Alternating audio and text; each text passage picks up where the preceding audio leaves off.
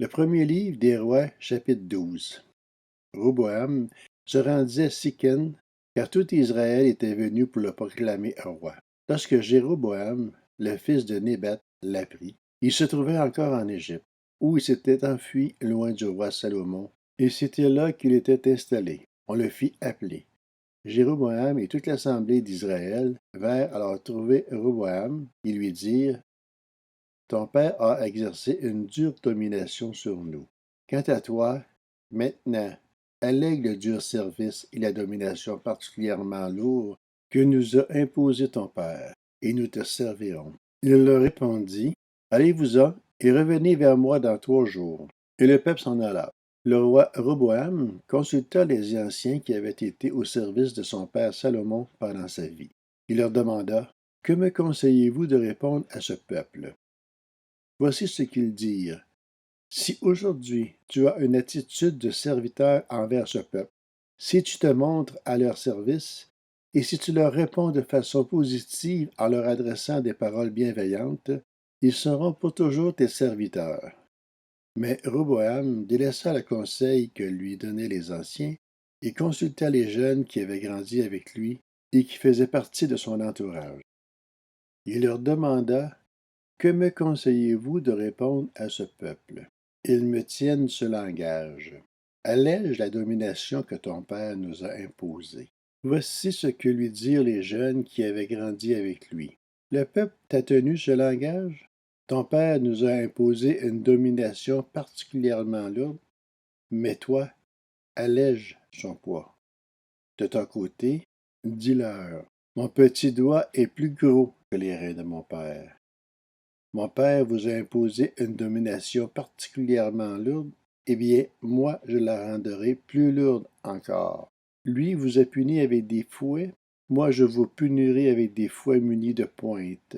Jéroboam et tout le peuple vinrent trouver Roboam le 3e jour, conformément à ce qu'avait dit le roi. Revenez vers moi dans 3 jours. Le roi répondit avec dureté au peuple. Il délaissa le conseil que lui avaient donné les anciens.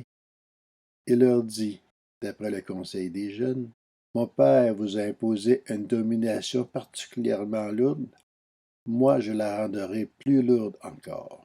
Lui vous a puni avec des fouets, moi je vous punirai avec des fouets munis de pointes.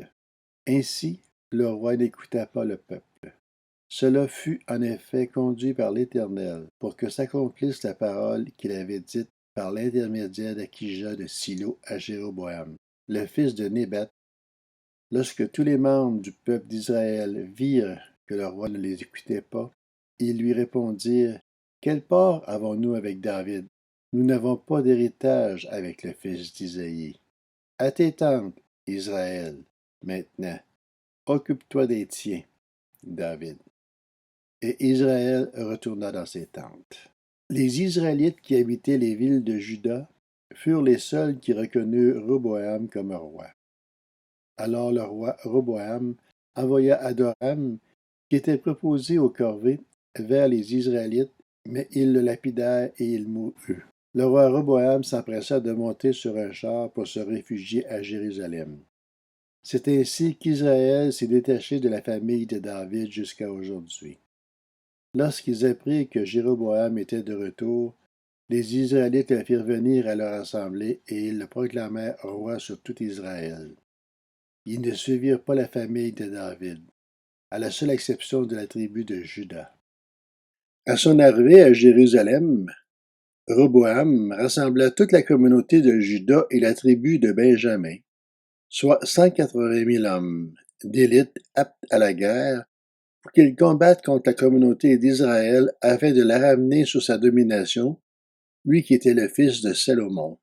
Mais la parole de Dieu fut adressée à Shemaiah, l'homme de Dieu, par la Roboam, le fils de Salomon et le roi de Juda, ainsi qu'à toute la communauté de Juda et de Benjamin, et au reste du peuple. Annonce-leur: Voici ce que dit l'Éternel.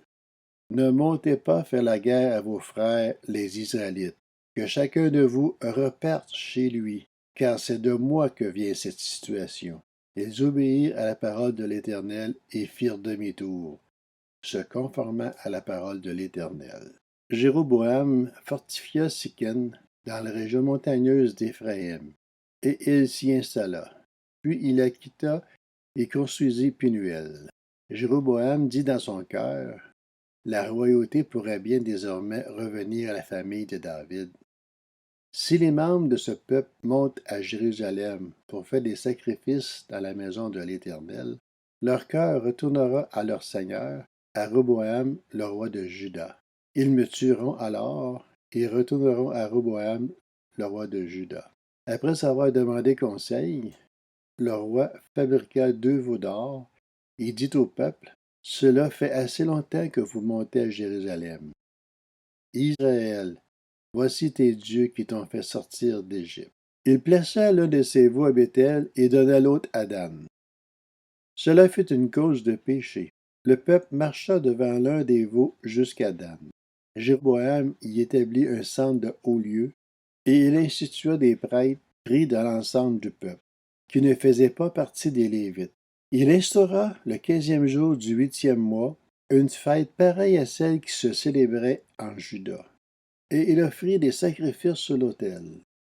Il agit de la même manière à Béthel, afin que l'on y offre des sacrifices aux veaux qu'il avait faits.